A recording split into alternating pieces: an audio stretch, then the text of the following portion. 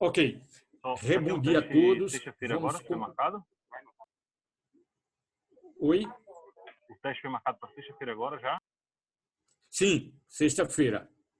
A gente manda no Siga, ok? O canal oficial é o Siga, a gente vai mandar essas informações pelo Siga. Então, estamos gravando agora, então deixa eu, para alguém que for ver o vídeo depois, marcamos nossa primeira VA, como está no calendário, dia 18. Existe uma proposta dos estudantes de verificar se no dia 21 ainda é um dia previsto no calendário de aula normal. Se for possível, a gente transfere para o dia 21, e existe outra proposta para ser no início de janeiro.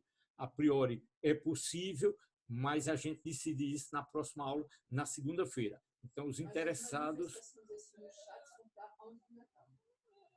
é para antes do Natal, né? A maioria está... Então, vamos tentar... Pronto. Então, segunda-feira, a gente bate o martelo, segundo a estatística aí do chat, privilegiando a opinião daqueles que participam da aula online, que é o pessoal que está participando. Então, pessoal, falando propriamente aqui do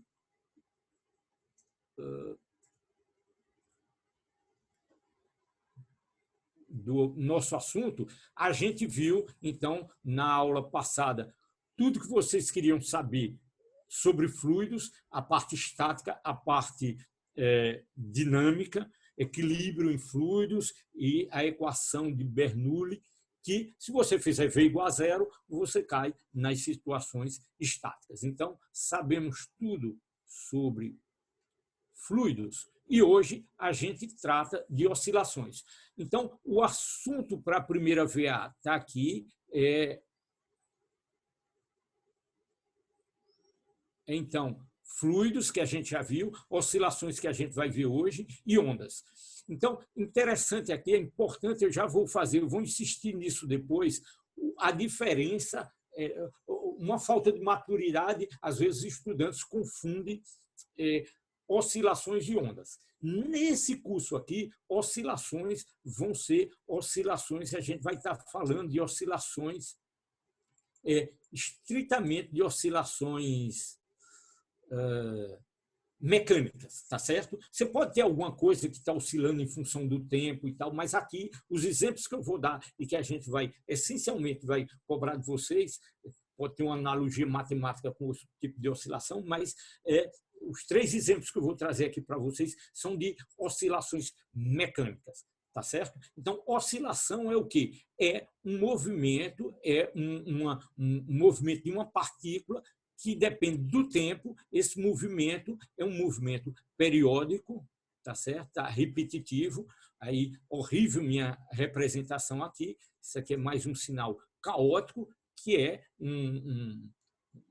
não é periódico, não depende do tempo, mas pronto. Então, uma oscilação, alguma que varia entre dois valores máximos aqui, isso generalizando o conceito de oscilação. Então, oscilação é isso, uma dependência no tempo, no caso que a gente vai estudar aqui, periódica, tá certo? Que você pode identificar uma frequência muito bem definida dessa oscilação. Vamos tratar isso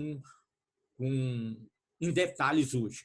Outra coisa completamente bem diferente é uma onda. Uma onda é uma excitação que depende da posição e do tempo, tá certo? Então, uma onda que viaja na água, você excita, bate na superfície da sua piscina, por exemplo, né? Ali na borda da piscina, você cria uma onda que é uma excitação que viaja no tempo e no espaço. Se você bota uma rolhazinha ali na superfície da água, a posição é fixa, a rolha vai subir e descer. Esse movimento da rolha, né? Um corpo rolha como sendo um corpo que flutua, um isopor, qualquer coisa que flutua na superfície da água, esse movimento é um movimentozinho oscilatório, tá certo? Mas isso eu estou fixando a posição e olhando o movimento, a componente temporal. Mas eu posso também tirar uma foto da minha onda, né? Veja a ondazinha e analisar essa foto. Eu congelei o tempo e estou vendo a posição variando, né? O pico da água, né? A superfície da água variando no espaço, variando em uma certa direção, tá certo? Então, uma onda, ela é, congelei o tempo, congelei o espaço, mas ela é uma excitação que viaja. A matéria necessariamente não se desloca, mas a informação, a energia, ela é propagada. Então, isso é depois, a gente vai ver depois, muito mais sutil do que a descrição simples de um movimento mecânico, de um pêndulo, por exemplo, que a gente vai ver hoje aqui, uma evolução do ângulo em função do tempo, ou um sisteminha que oscila numa molécula, né? Você tem uma molécula que está chacoalhando lá, a molécula de água, né? Está chacoalhando, todo mundo sabe exatamente como funciona uma molécula de água, né? H, H2O, um oxigênio e 2 hidrogênios, e tem uma frequência bem conhecida que o pessoal usa uma fonte, bota isso numa caixinha, chama isso de micro-ondas e serve para excitar essa molécula, transferir energia para essa molécula, ela transfere a energia para a vizinhança e aí você aquece os alimentos. Matéria orgânica tem água, tudo que tem água você consegue aquecer por esse método, excitando a vibração da molécula de água. Então, é um exemplo bem prático. Existe, então, você tem o carro, o pessoal da mecânica tem um pistão que está lá dentro do motor do carro, esse pistão está descrevendo um movimento oscilatório. Depois eu transformo um motor mecânico, é uma coisa mais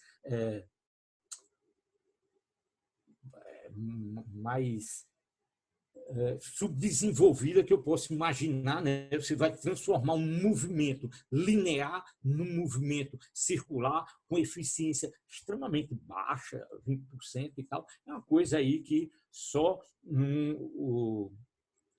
questões econômicas explicam por que você tem motores térmicos, né?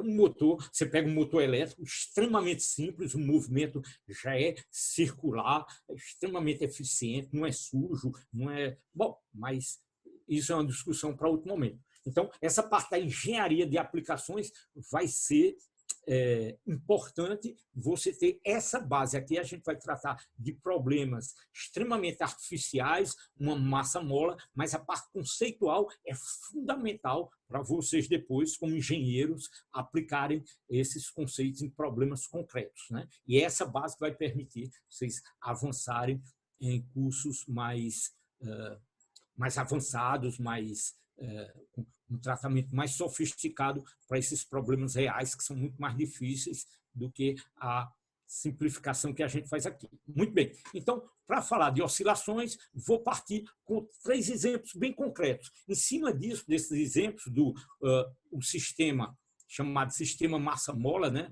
que é extremamente interessante para descrição de oscilações e serve como protótipo para descrição de sistemas reais em certas aproximações. Vou voltar sobre isso. Os outros exemplos são o pêndulo de torção e o pêndulo simples. São os exemplos clássicos, né, que estão em todos os livros, vocês vão ver.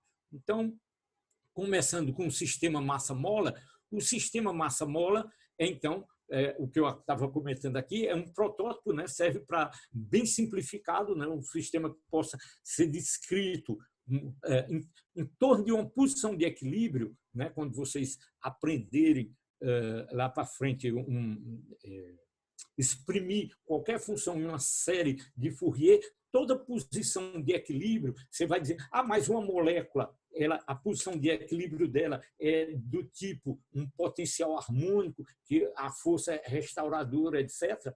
Numa primeira aproximação, sim. Então, esse primeiro modelo serve para descrever mesmo sistemas complexos, como uma molécula ou certos sistemas mecânicos mais sofisticados. Então, de que é que a gente está falando? O sistema massa-mola, ele funciona, então, como uma mola, né? A mola, a gente aprendeu lá em Física 1, ela tem uma relação empírica, né? A relação de Hooke, que diz que a força é proporcional, então o K é simplesmente uma constante de proporcionalidade, o deslocamento é proporcional à força, ou a força que a mola vai exercer é proporcional ao deslocamento. Então, se eu faço uma distensão na minha mola, a força elástica, a força da mola é uma força contrária, restauradora e do tipo linear, tipo descrito por um Kx. E esse K me diz quão forte, ou quão, uma linguagem meio simples, quão forte ou quão fraca é minha mola, tá certo? Se for uma mola muito, a expressão ruim, mas se for uma mola potente, né? Uma mola, digo, uma grande resistência, então o K é grande, eu preciso fazer uma força muito grande para obter um certo deslocamento. Então, esse K aqui, em geral, é uma característica da mola, em geral, é um dado que você precisa ter, alguém tem que lhe informar ou lhe dar informações suficientes para que você possa identificar esse K da mola, e a representação dessa relação está aqui, né? Então, a relação que é de força em função do deslocamento é essa reta aqui nos quadrantes, no terceiro e, segundo e quarto quadrantes, tá certo? No sentido de que, se eu tiver um deslocamento positivo, você tem um sinal menos aqui, a força é, então, negativa. Se eu tiver um deslocamento, se esse x é negativo, menos com menos dá mais, e a força é positiva, tá certo? Então, é uma força, é sempre restauradora em torno da posição de equilíbrio. E o x igual a zero, a força é nula.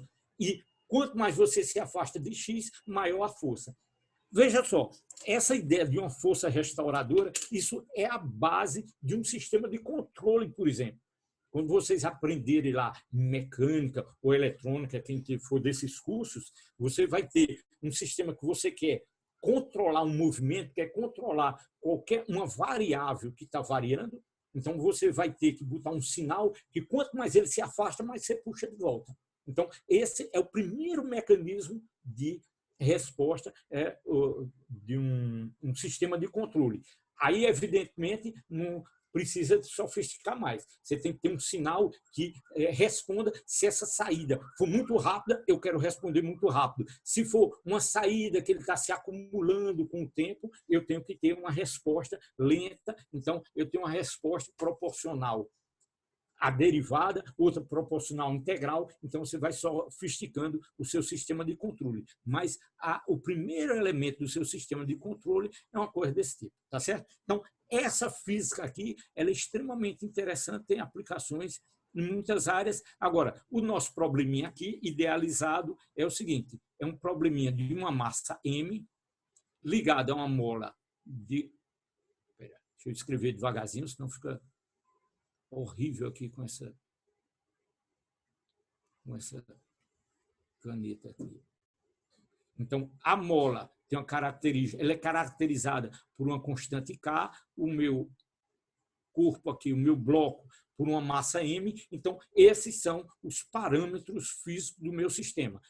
Eu desenhei dessa maneira aqui, para não desenhar vertical, porque aí chamaria atenção sobre a gravidade, e a gravidade não tem nenhum papel aqui nesse problema, mas dizendo que o atrito aqui é nulo, tá certo? O coeficiente de atrito μ igual a zero, então um sisteminha massa-mola típico. Então, bem devagarzinho para dizer o que é que está acontecendo aqui. O que é que está acontecendo?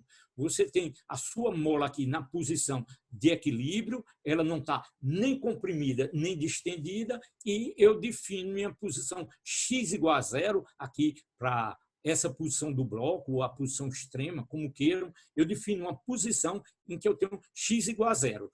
Se eu estico minha mola, se eu puxo o meu bloco, e coloco ele nessa posição aqui, correspondendo a uma posição X', então, naturalmente, a mola, quando eu falo de força elástica, não é a força que eu estou aplicando. A minha força é a força externa. Eu simplesmente usei uma força externa para deslocar e o problema começa quando eu solto isso. Então, tudo que eu fiz é aplicando uma força externa para colocar o bloco nessa posição. E aí depois solto. Então, a brincadeira começa quando eu solto e a única força atuando aqui no sistema é a força elástica, que é uma força restauradora. Então, puxa ela de volta, ela vem para a posição de equilíbrio, aí, como ela tem uma certa inércia, né, uma certa velocidade, ela passa da posição de equilíbrio e vem para essa posição aqui, vem daqui para cá, daqui para cá e daqui para cá. Então, ela vem para um X negativo. A força vai crescendo quando o X vai aumentando negativamente e a força vai restaurando. Então, o movimento, se não houver dissipação, o movimento aqui é um movimento oscilatório. Não vou usar desenhar aqui para não errar. Então, a força, para um deslocamento positivo, ela é negativa. Na posição de equilíbrio, a força se anula, é proporcional ao deslocamento, e para um deslocamento negativo é positivo, tá certo? Então, essa é uma velha conhecida de vocês, é a força elástica. Ok, para descrever esse sistema, o que é que eu vou fazer? Vou usar o que a gente sabe. O que é que a gente sabe? A gente sabe o que é que a gente conhece, a mecânica de Newton. Lei de Newton aplicada a quem? Ao bloco. A mola simplesmente atua através da força de restauração. A massa é desprezível, se não tem massa, não se aplica a lei de Newton. Então, a lei de Newton é aplicada ao bloco de massa M. Então, o que é que diz a lei de Newton? Diz que, se sobre um corpo atua uma força, resulta uma aceleração. Existe uma relação de proporcionalidade entre a força e a aceleração resultante. Quem dá essa proporcionalidade? Uma propriedade do corpo que nós chamamos de massa, massa inercial. Essa relação é extremamente profunda. E por que é assim? Porque o mundo físico se comporta dessa maneira, porque é assim que a gente observa, isso é uma lei. Você não deduz isso de primeiros princípios. É uma lei, é a lei de Newton, tá certo? Então, força igual a MA, tá certo? Então, A, quem é A? A é a aceleração do corpo. Então, se a posição, se eu estou descrevendo um movimento unidimensional, eu chamo isso, estou na direção X, por exemplo, então minha aceleração nada mais é que a derivada segunda da posição em relação ao tempo, então tenho MA igual a F. Quem é F? Nesse caso particular, é a nossa força elástica, força restauradora, menos Kx. Tranquilo até aqui? Tudo bem? Então, pessoal, eu tenho o meu problema. Sistema massa-mola é um bloco sob a ação de uma força elástica. Como é que eu descrevo esse sistema? Descrevo usando lei de Newton, que se traduz por uma equação diferencial de segunda ordem, e eu, para ficar mais elegante, divido tudo por m e eu fico que a derivada segunda posição em relação ao tempo é igual a menos k sobre mx. Mesma coisa, só dividir por m, ficar mais elegante minha expressão. Chamo k sobre m de ômega 2, eu defino uma grandeza ômega igual a raiz de k sobre m e reescrevo. Isso aqui é só uma redefinição de grandezas e reescrevo minha expressão dessa maneira. Pronto, chegamos na matemática. Eu tenho agora uma equação diferencial derivada de x2 de t2 proporcional a x, a menos de uma constante. Ômega é uma constante? É. Ômega 2 é uma constante? É.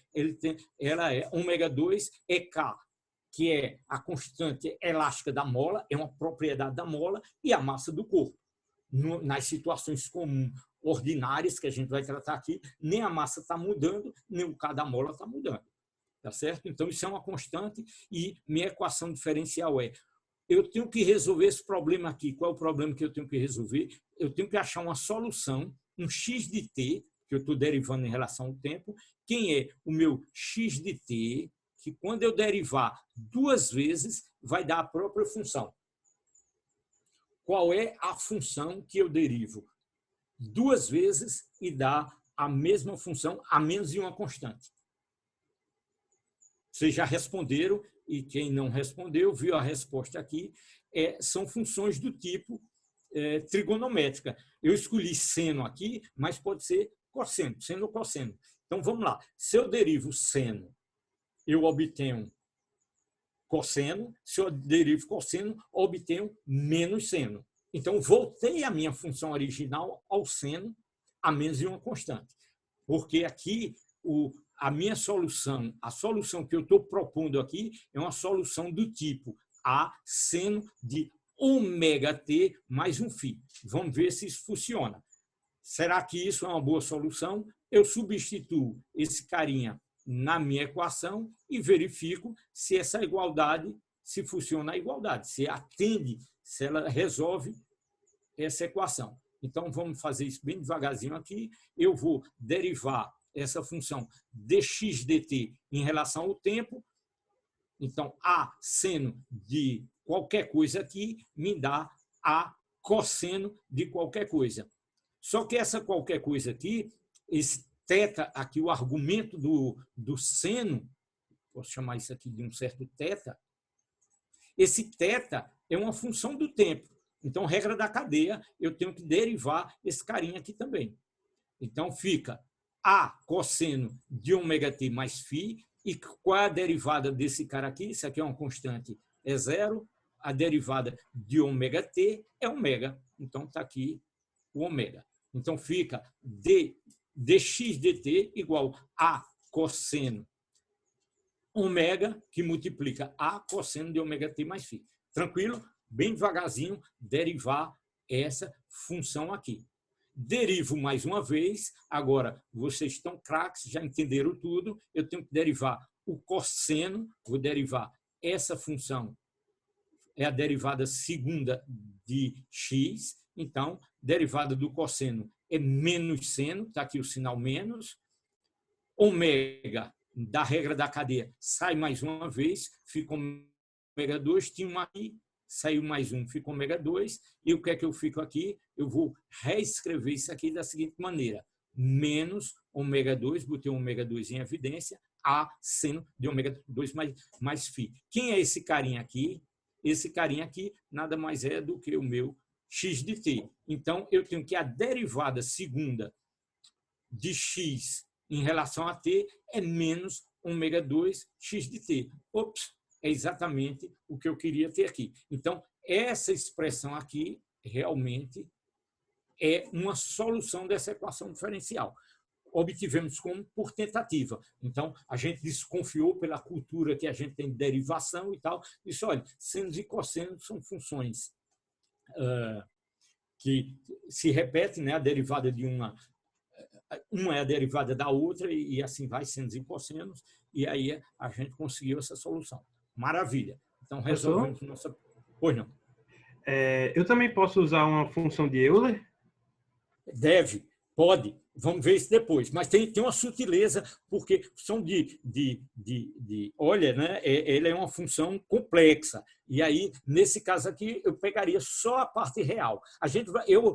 Eu trouxe isso para vocês aqui. Quando eu falar de dissipação, eu vou usar isso aqui. E, se necessário, a gente pode, para aqueles que não têm, para os mortais aqui que não sabem do que a gente está falando, posso falar um pouquinho depois. Eu não preparei hoje, mas se der tempo eu falo ainda hoje, senão posso falar depois sobre números complexos. Tá ok? Muito bem, pode sim. Eu vou fazer isso quando, no caso mais complexo, que tiver dissipação. Então, vamos aqui, eu estou supondo, esse curso supõe que vocês têm um nível bem básico, sabe algumas coisas, mas a ideia é ser autoconsistente. Então, vamos analisar essa solução aqui. Todo mundo concordou, todo mundo viu que esse x de t, A seno de ômega t mais φ, é uma solução daquela equação, e isso aqui é só para fixar a linguagem. Esse termo aqui é a chamada amplitude dessa função, e o argumento da função trigonométrica é a fase. Essa fase aqui é a fase global, a fase total. Eu vou chamar esse ômega-t mais φ de θ. Então, eu posso escrever essa função aqui na seguinte forma: x, né, igual, não botei o t porque ele não está explícito aqui, mas θ, evidentemente, é uma função de t. Então, x é a seno de θ. Bem elegante, bem resumido. Lembrando que θ é igual a ômega-t mais φ. Tranquilo? Muito bem. Por que eu estou escrevendo dessa maneira? Bem pedestre, bem básico, para a gente lembrar, todo mundo sabe o que é a função seno. Então, a função seno é uma função desse tipo aqui. Seno de zero igual a zero e, periodicamente, ela se repete. Se repete depois de quanto tempo? Depois de você se deslocar angularmente de 2π.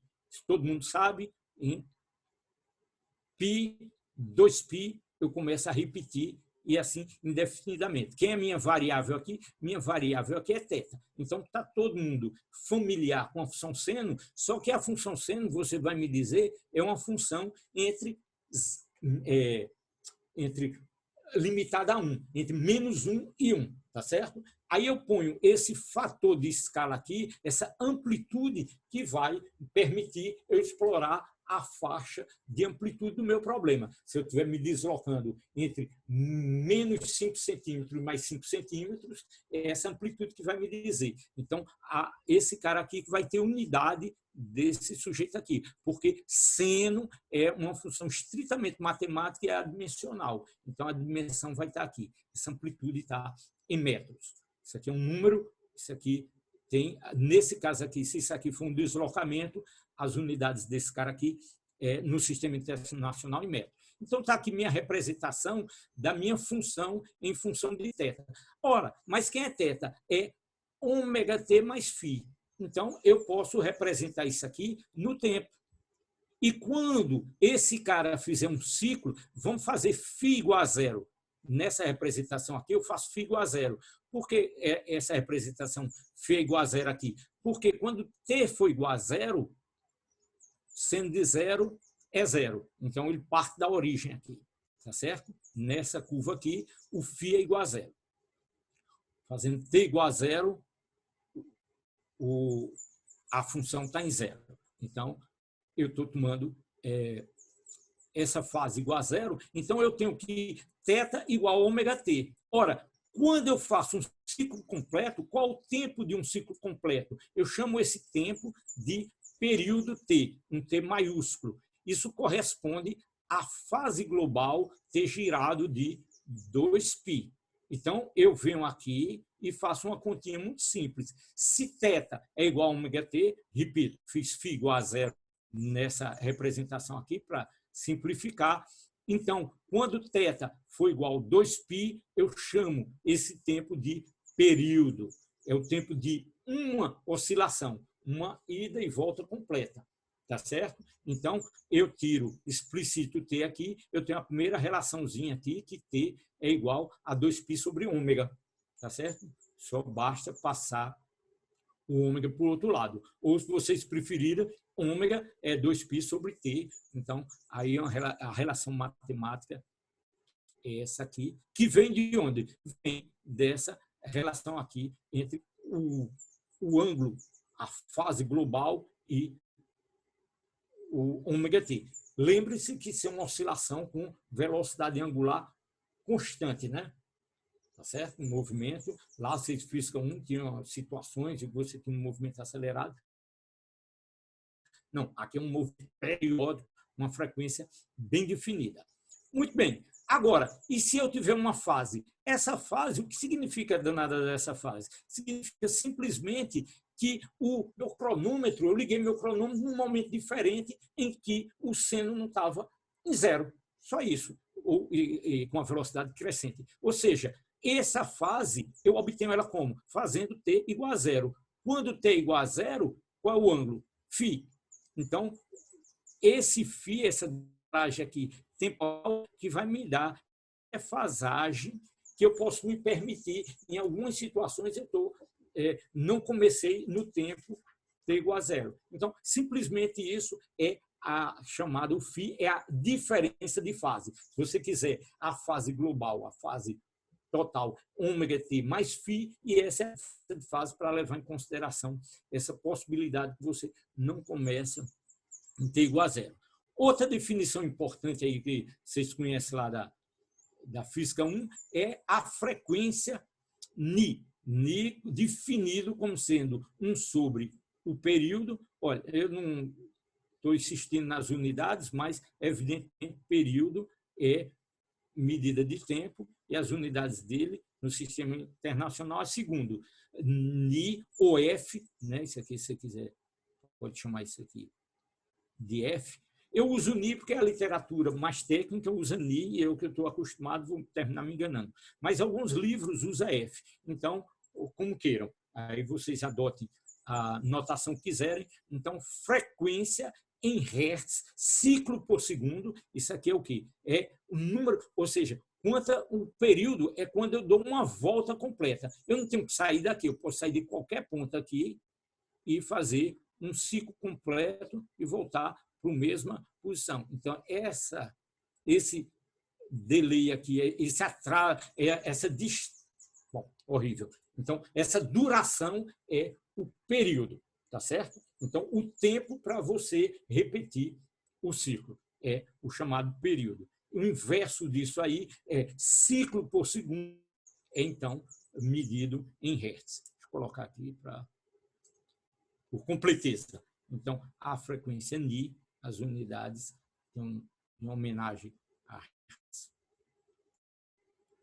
É medida em hertz, tá ok? E aí, evidentemente, se ômega é 2π sobre o período, eu obtenho uma relação entre frequência angular radianos por segundo com a frequência batimentos por segundo, a frequência em hertz, ciclo por segundo. Então, ômega é igual a 2π. Ou seja, esse cara aqui, ômega, é o quê?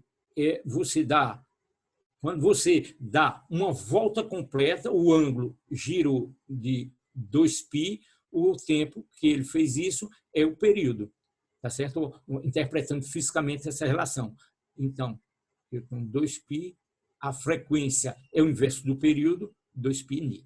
Ok? Brinquem com isso, ganhem intimidade com isso, eu imagino que vocês já conheçam. E aí, como no nosso sistema massa-mola, no nosso sistema físico, a gente definiu a grandeza ômega como sendo raiz de K sobre M, então eu tiro que o período, né, dessa relação aqui, eu tiro que o meu período é 2π raiz de M sobre K. Ok? Então, brinquem com isso e ganhem intimidade. O que é que a gente fez até agora? A gente está tratando do problema massa-mola como um protótipozinho para escrever uma equação diferencial para o movimento e viu que a solução era do tipo cosseno, né? Seno e cosseno é a mesma coisa, a menos de uma fase, diferença de fase entre cosseno, π sobre 2, tá certo? O seno e cosseno está deslocado de 90 graus. Não falem mal, porque aqui vocês devem ter aprendido muito bem em Física 1 que a unidade natural aqui é radianos, né? Quando você define radiano. Por que radiano? Porque é a que dá a relação entre o deslocamento na circunferência e o raio. Isso aí. Pois não? Alguém comentou alguma coisa? Não? Vou em frente. Então, esse é o sistemazinho massa-mola que permitiu a gente descrever o nosso movimento harmônico. Outro exemplo é o chamado pêndulo de torção. O que é o pêndulo de torção? É um fio que eu vou usar a propriedade elástica dele quando eu faço uma torção num cabo, né? Um cabo rígido, como um cabo metálico, eu faço uma torção ele tende a restaurar, ele tem um efeito elástico. Então, essa torção, se eu pegar, construir um pêndulo da seguinte maneira, penduro num cabo rígido, que tem essa propriedade elástica, e desloco esse meu suporte aqui de um ângulo θ, ele vai fazer um torque para restaurar esse movimento. Então, o que descreve a física que está ocorrendo aqui é que você vai ter um torque restaurador que vai fazer com que, quanto maior for o ângulo de torção, maior o torque de restauração. Então, matematicamente, eu tenho um torque dado por esse fio aqui, que é proporcional ao ângulo. E escrevo um kappa, aqui uma letra grega, um kappa de constante de proporcionalidade. Quem é esse kappa? Uma propriedade do fio. Depende do cabo que você vai estar usando para sustentar o seu pêndulo, aqui a sua base. Pode ser um disco, pode ser qualquer coisa, mas o movimento aqui é um movimento de rotação em torno desse eixo, fazendo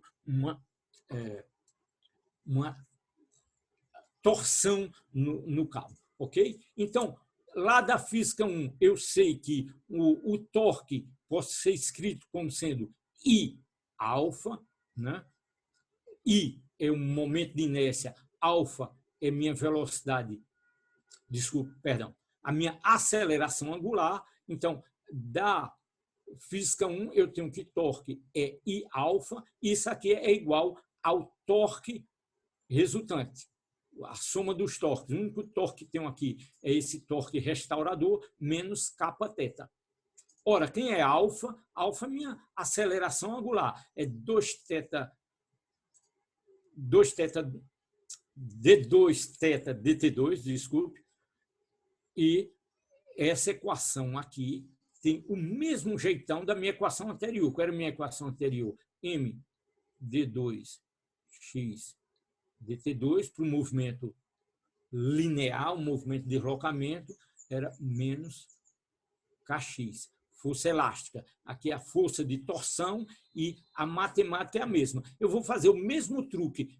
Aqui eu dividi tudo por M, aqui eu vou dividir tudo por I e fica uma equação que é derivada segunda de θ é igual a menos ômega 2 θ. Mesmo truque, tá certo? Onde ômega 2 é, por definição, raiz de kappa sobre I. Kappa, constante de torção, constante elástica de torção e momento de inércia desse corpo aqui, ok? Então, substitui lá o momento de inércia. Se isso aqui for uma barra, você vai lá e diz qual é o momento de inércia desse cara. Se isso aqui for um disco, usa a expressão. Então, pode ser também uma coisa do tipo, sei lá, um cabo de massa desprezível e duas massinhas MM.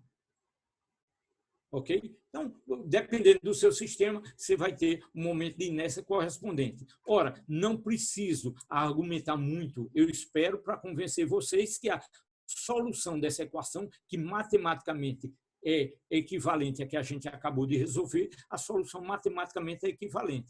Então, o θ de t é um θ máximo, seno de ômega t, mais uma fase φ para permitir que o tempo seja contado a partir de um instante arbitrário, tá certo? Então, o que é que vai acontecer com esse cara? Ele vai oscilar em torno de uma posição de equilíbrio entre dois ângulos θs máximos, né? Então, uma oscilação angular no plano desse suporte aí, que é muito parecido com o problema do pêndulo simples. Só que o pêndulo simples é um movimento angular, mas você tem um deslocamento em torno da posição de equilíbrio. Qual é a ideia do pêndulo simples? Vocês sabem, parênteses aí para a cultura de vocês. Talvez vocês tenham conversado sobre isso em Física 1, quando você define para construir uma mecânica, você define coisas como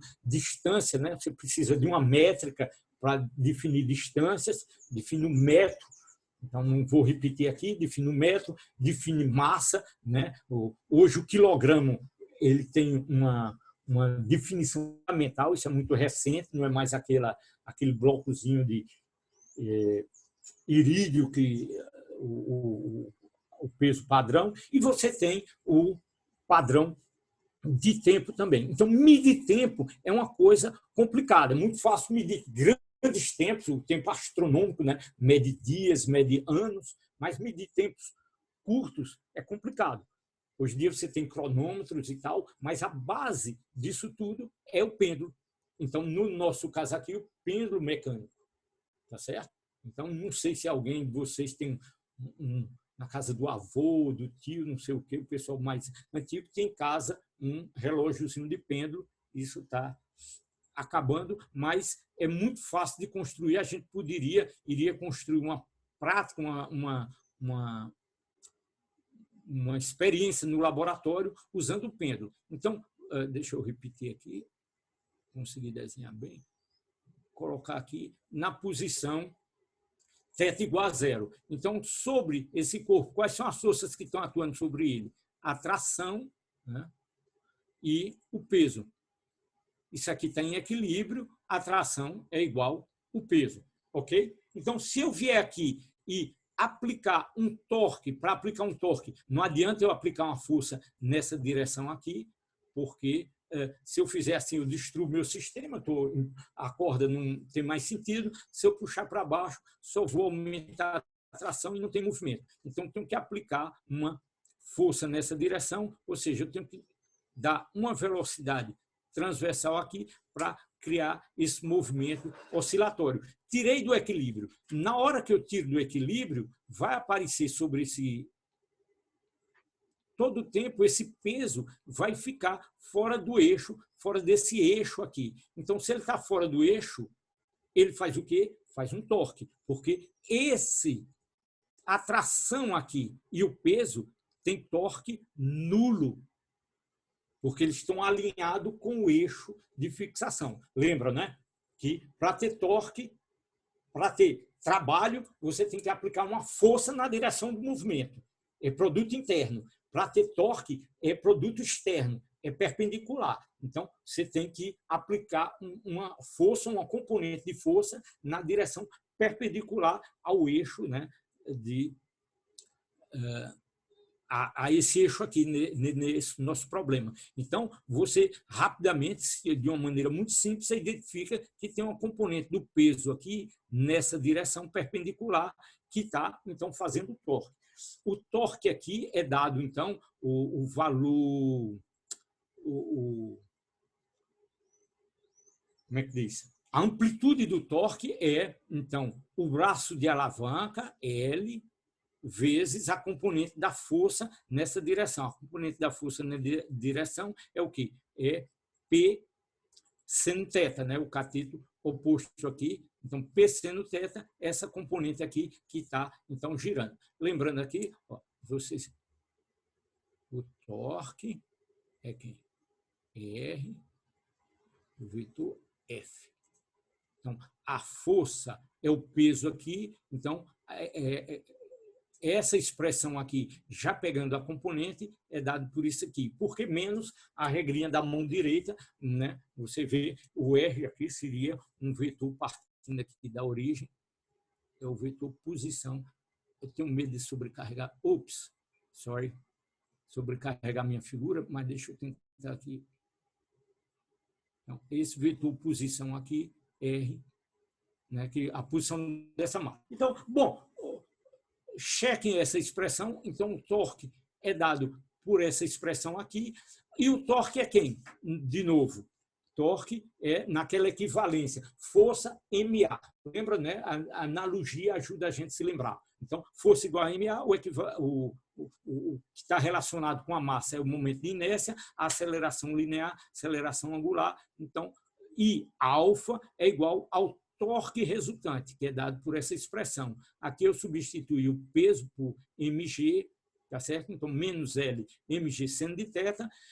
Essa expressão aqui, essa equação aqui, se eu escrever aqui, ó, d2θ e, desculpe, alfa é D2θ dt2, tá certo? Essa expressão aqui, isso aqui é proporcional a seno de θ. Essa é uma equação muito difícil de resolver. Não é uma equação linear. Mas, para pequenas amplitudes, lembre-se que seno de θ é aproximadamente igual a θ. Pega lá na calculadora, em radianos, evidentemente, bota lá em radianos, bota, sei lá, 1 grau, 2, bota θ igual, quanto é... 1 grau é aproximadamente 17 miliradianos, né? Se você calcular o seno disso, vai dar a mesma coisa, praticamente, uma aproximação com algumas casas decimais. Então, o ângulo, para pequenos ângulos, θ e seno de θ é a mesma coisa, né? Lembra lá da trigonometria, né? Deixa eu fazer aqui, ó. Então, o arco sobre o raio me dá o ângulo θ em radianos. E esse cara aqui, o y, dividido pelo raio, isso aqui é o seno. Então, você está aproximando esse arco por esse cateto. Ok? Então, nessa aproximação, pequenos ângulos, eu tenho minha equação, de novo, a derivada temporal segunda de uma variável, proporcional à própria variável, eu obtenho, então, uma solução harmônica equivalente. Então, reencontro a mesma matemática. O ômega, da minha definição lá, o ômega é, então, mgl sobre I, chequem isso. O I, nesse caso aqui, é uma massa na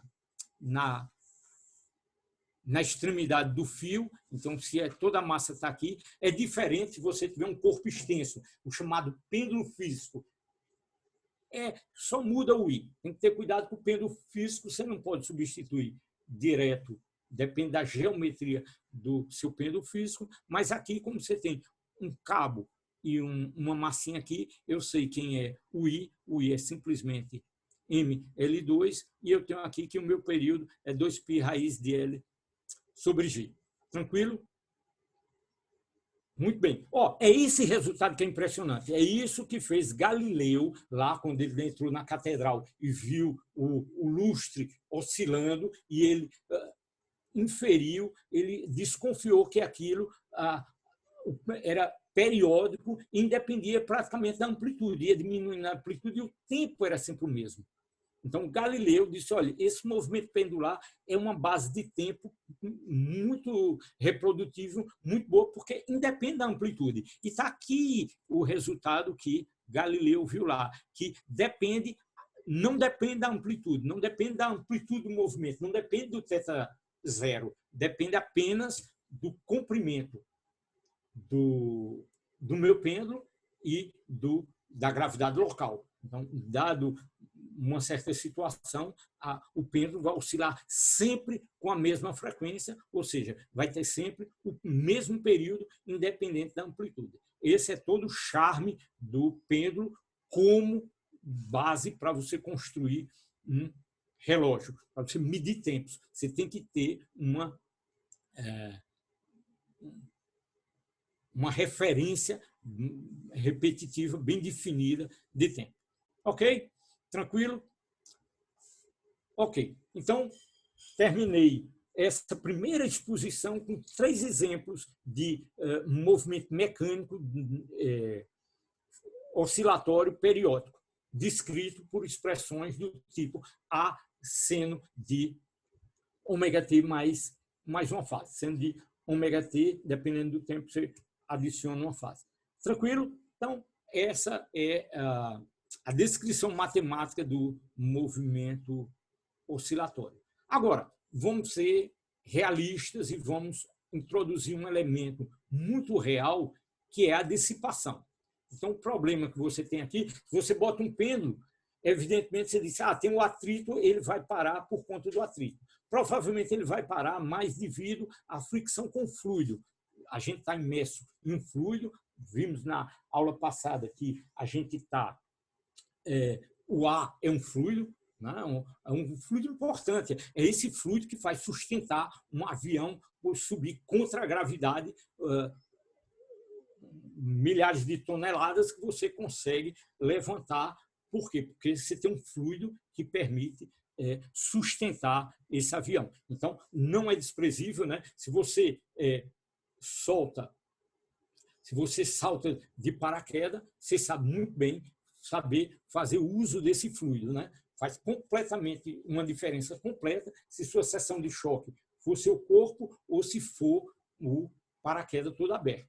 A velocidade final. Então, essas forças viscosas que dependem da velocidade ocorrem quando você tem um movimento em um fluido. E o pêndulo aqui tem um movimento dentro de um fluido, que é o ar, isso vai dissipando e o movimento, isso é uma força dissipativa que vai atenuar o movimento. Então, é importante a gente resolver esse tipo de problema. Eu sei tratar o problema idealizado, onde eu desprezo completamente as fricções, mas eu vou introduzir agora um elemento a mais de dissipação, no caso, uma força desse tipo. A força de atrito é desse tipo? De jeito nenhum. Força de atrito, Mi normal, ela é constante e tal, é uma força mais delicada de tratar, então é uma força constante, né?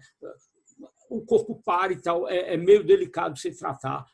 Numa primeira aproximação, a força, o atrito cinético, ele é constante, mas o corpo vai lá, para, volta, então tratar isso aí é outro problema.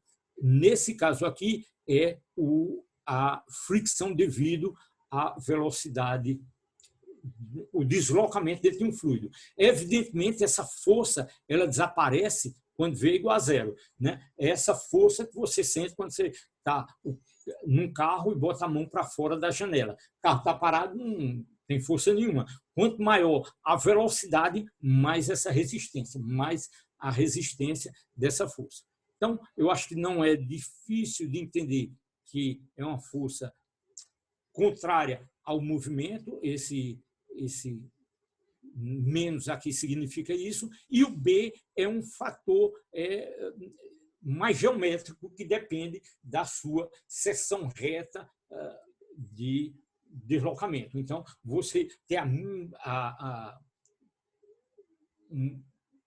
um bloco que vai se deslocar. Você tem uma seção reta nos caminhões, que você tem a carroceria que passa, você tem uma seção reta vertical. Isso é muito ruim se você modifica a seção reta, você bota uma estrutura curva, você economiza combustível, porque essa força aqui diminui. Diminui como? Eu diminuo B. Ok, muito bem. Então, vamos, acho que se está razoavelmente claro, a gente volta então para o problema massa-mola, considerando agora as forças dissipativas do tipo proporcional a V. Então, o que é que eu sei? Aplicar a lei de Newton. De novo, vou aplicar a lei de Newton. A soma das forças atuando no corpo é igual a MA. É o somatório das forças que contam. Antes eu só tinha uma força, que era uma força do tipo elástica. Eu agora tenho uma força elástica mais uma força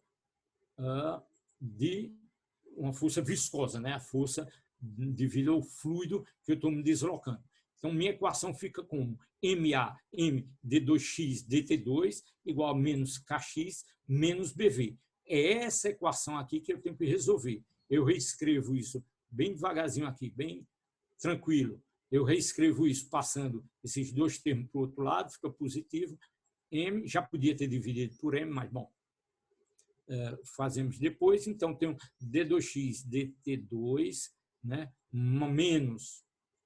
Não, desculpa, é mais. Passei para o outro lado, é mais. B, dx, dt. Quem é V?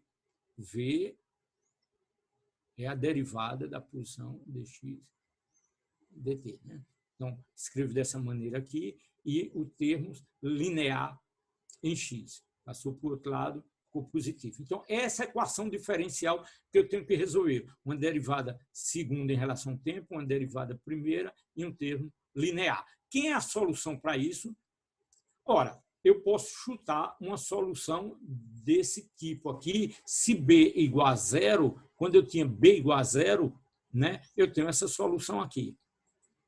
Funciona eu colocar uma função agora desse tipo aqui, seno ou cosseno? Ops, complicado. Por que é complicado? Porque eu vou ter esse termo aqui é um termo seno, esse termo aqui a gente viu volta para o seno, a menos da constante, mas a derivada primeira é um cosseno. Ops, aí eu vou ter dificuldade aqui. Eu não posso ter uma solução simples desse tipo. Aí você diz, uma combinação de senos e cossenos. Pode funcionar, funciona. Mas a gente vai fazer algo diferente aqui. Então, vamos fazer o seguinte.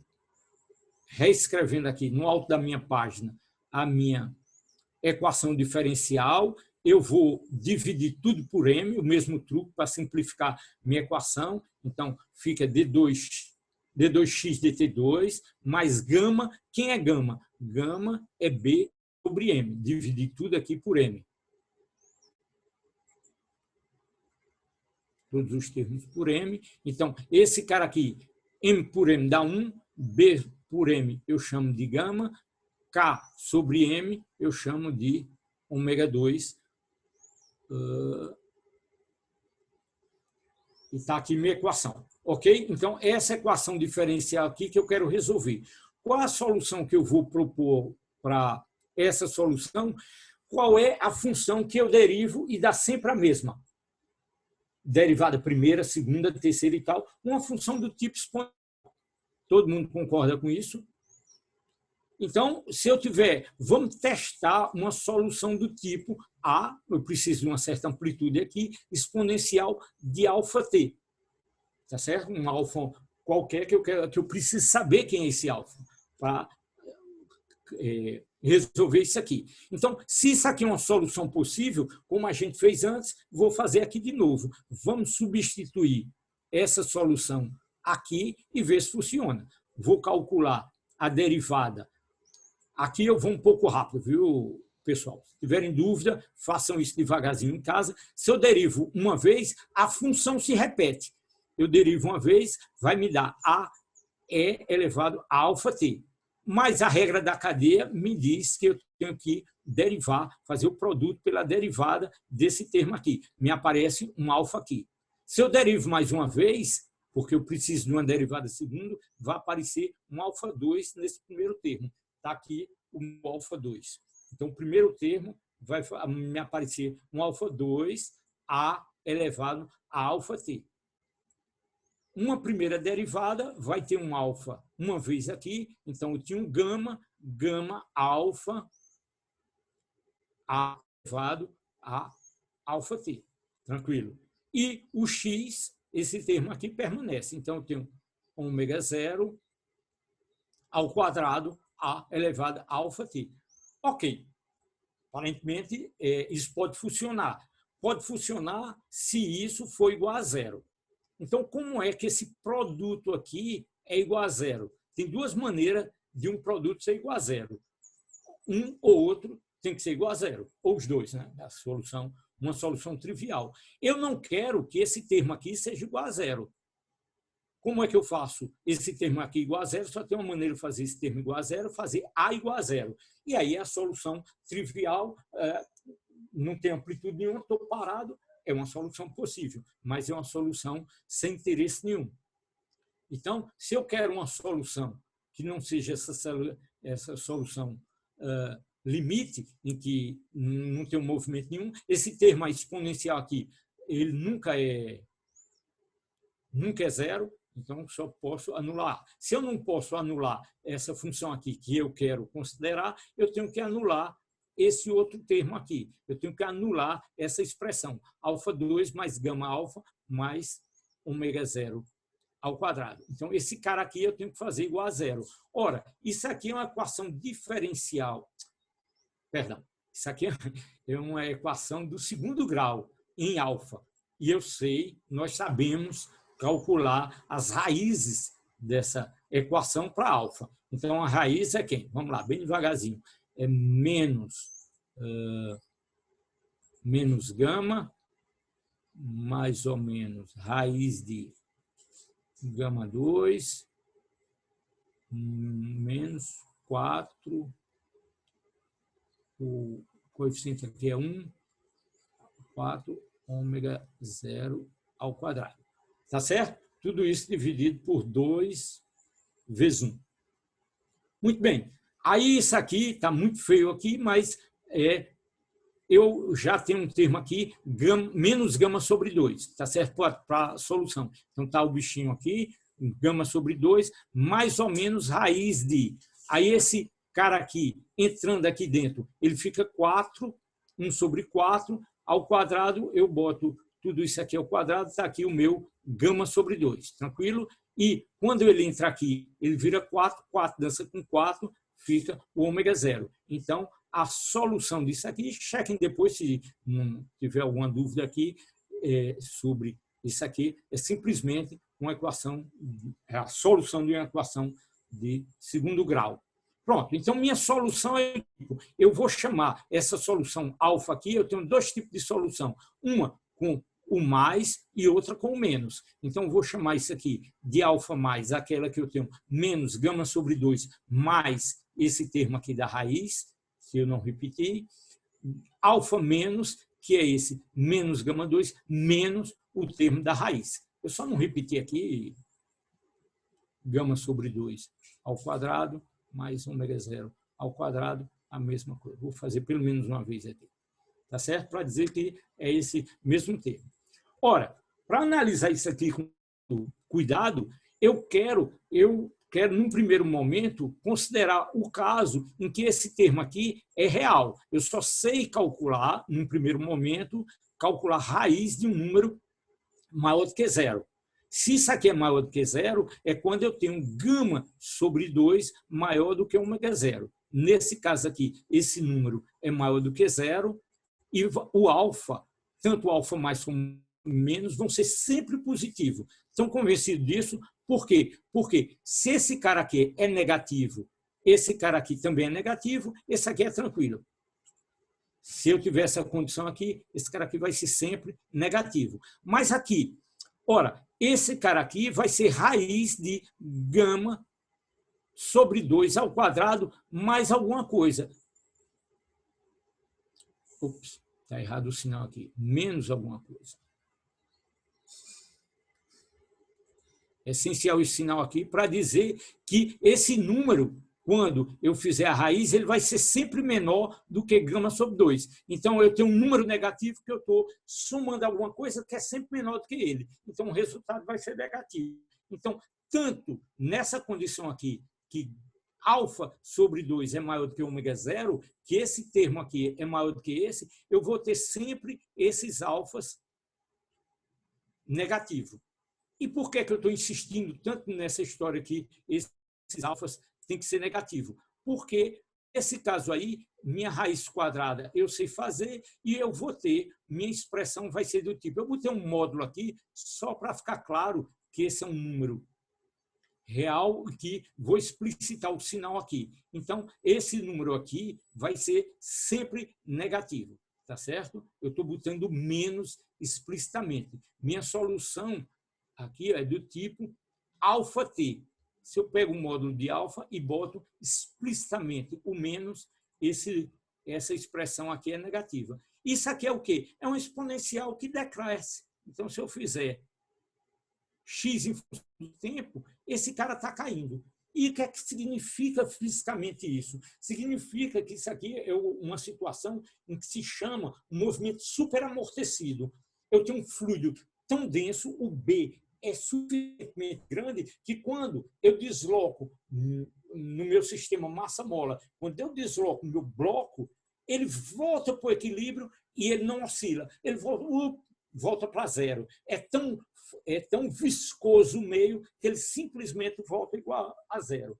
Aí você diz, olha, isso é um caso extremo. Eu sei que, no caso do fluido do ar, ele vai oscilar, ele eventualmente vai perder amplitude, porque tem dissipação, mas ele oscila. E onde é que eu trato esse caso? É a outra situação. Então, vamos tratar essa outra situação, mas antes de ir para o caso em que esse número aqui é negativo, eu vou construir minha solução. Então, eu tenho uma solução possível com alfa mais, tenho uma solução possível com alfa menos, e minha solução mais completa possível é uma combinação de A exponencial de menos alfa mais com alfa menos. Todas as duas são negativas. Se eu pego um módulo aqui, essa exponencial é decrescente, é negativa. Razoável isso? Tranquilo? Pronto, ninguém respondeu, está ótimo. Vamos em frente. Acabou a primeira parte.